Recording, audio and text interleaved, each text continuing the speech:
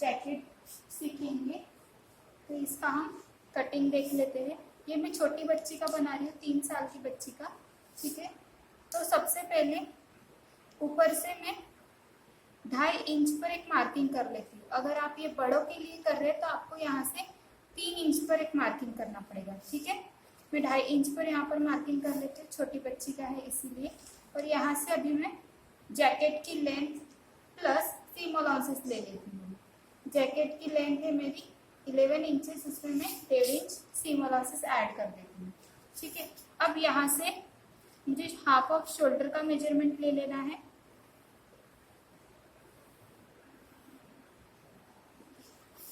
और यहाँ से 1/4 ऑफ चेस्ट -1। ठीक है, तो जितना भी आता है उतना यहाँ पर लगा लेना है। अब यहाँ से 1/4 ऑफ चेस्ट प्लस 1 इंच करना है। 1/4 ऑफ चेस्ट प्लस 1 इंच।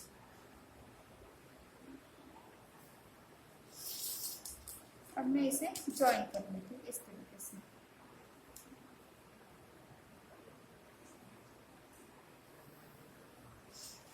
ठीक है, और ये नीचे भी मैं स्ट्रेट ले लेती हूँ और ज्वाइन कर लेती हूँ।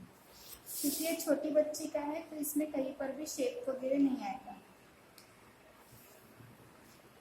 ठीक है, ये बेसिक मैंने मेजरमेंट लगा लिया। अब ध्यान देना है यहाँ पर, जैसे कि मैंने ऊपर से 2.5 इंच छोड़ा था तो इधर भी 2.5 इंच पर एक मार्किंग लगा लेनी है। अगर आप ये बड़ों के लिए कर रहे हैं तो ऊपर भी 3 इंच और यहाँ पर भी आपको 3 इंच लेना पड़ेगा। ठीक है, इस तरीके से मैं बॉक्स रेडी कर लेती हूँ। थोड़ा सा ऊपर एक्स्ट्रा लेना पड़ेगा। जब भी आप कटिंग करेंगे तब ध्यान रखिए कि आपको पेपर एक्स्ट्रा लेना है ऊपर। ठीक है, ऊपर की ओर इस तरीके से ये बॉक्स बना लेना है। अब मैं यहाँ से 1 इंच ऊपर एक पॉइंट लेती हूँ। ठीक है, और यहाँ से 1/2 इंच अंदर की ओर आती हूँ। ठीक है, इस तरीके से, और इन दोनों को यहाँ पर ज्वाइन कर देती हूँ इस तरीके से। ठीक है, अब ये जो पॉइंट था हमारा, यहाँ से नेक की लेंथ ले लेनी है।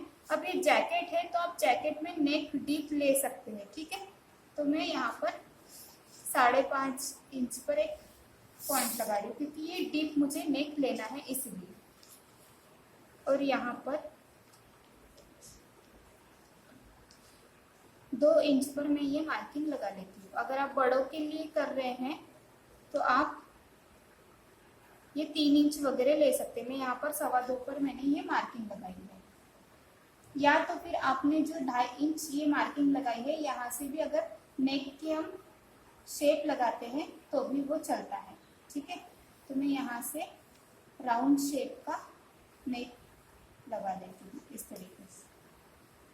ठीक है, और इसी शेप को हमें ऊपर भी कंटिन्यू करते जाना है, इस तरीके से ज्वाइन करना है। ठीक है, ये शेप को मैंने ऊपर भी ज्वाइन कर लिया। अब यहाँ से 1/2 इंच अंदर की ओर आना है इस तरीके से। अब यहाँ से हमें यहाँ तक इसे आर्म होल्स तक ज्वाइन कर लेना है।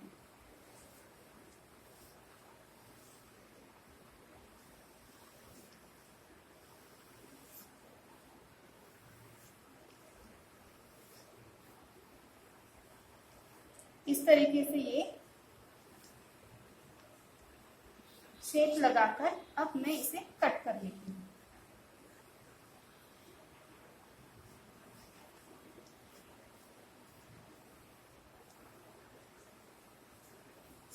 ठीक है, तो अब मैं इसे कट कर लेती हूँ।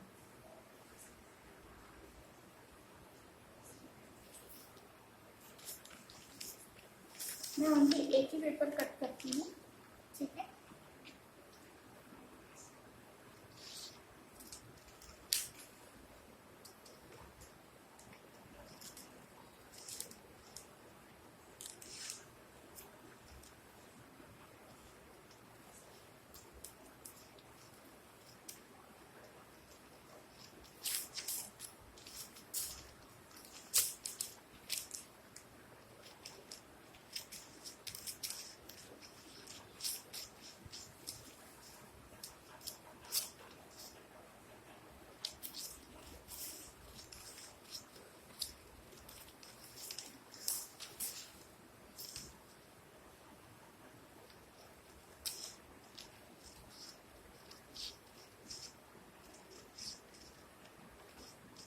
अब हम इसका फैब्रिक कटिंग कर लेते हैं।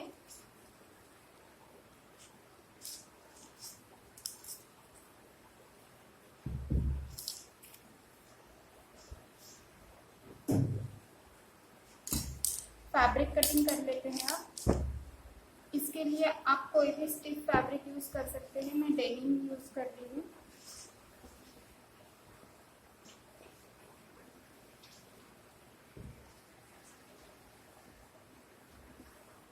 इस तरीके से आपको फोल्ड कर लेना है फैब्रिक, और ये जो हमारी फोल्ड साइड है इसे इस तरीके से फोल्ड साइड के ऊपर ही रखना है। जितना फैब्रिक लगेगा उतना ही फैब्रिक लेना है, ज्यादा एक्स्ट्रा फैब्रिक नहीं लेना है, ठीक है।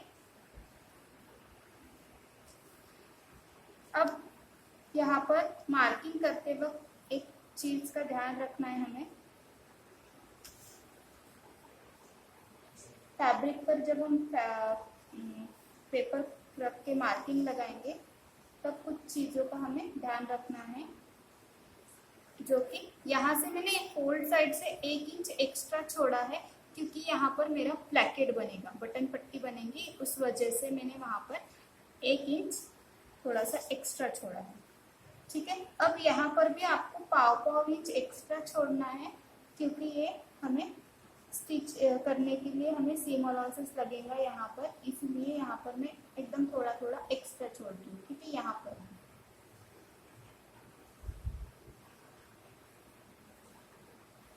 आपको सभी जगहों से सेम इस तरीके से ये सीम अलाउंसेस छोड़कर कट करना होगा।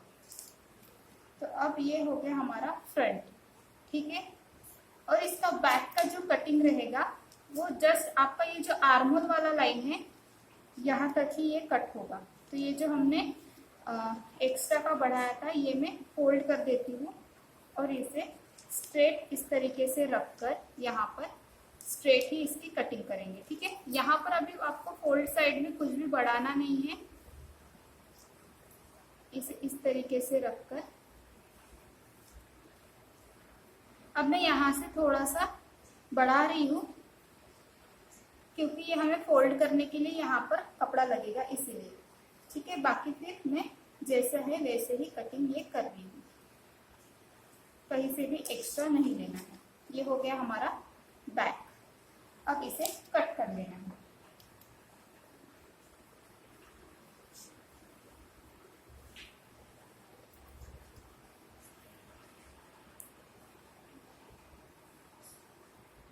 ओके, तो ये मैंने कटिंग कर ली है।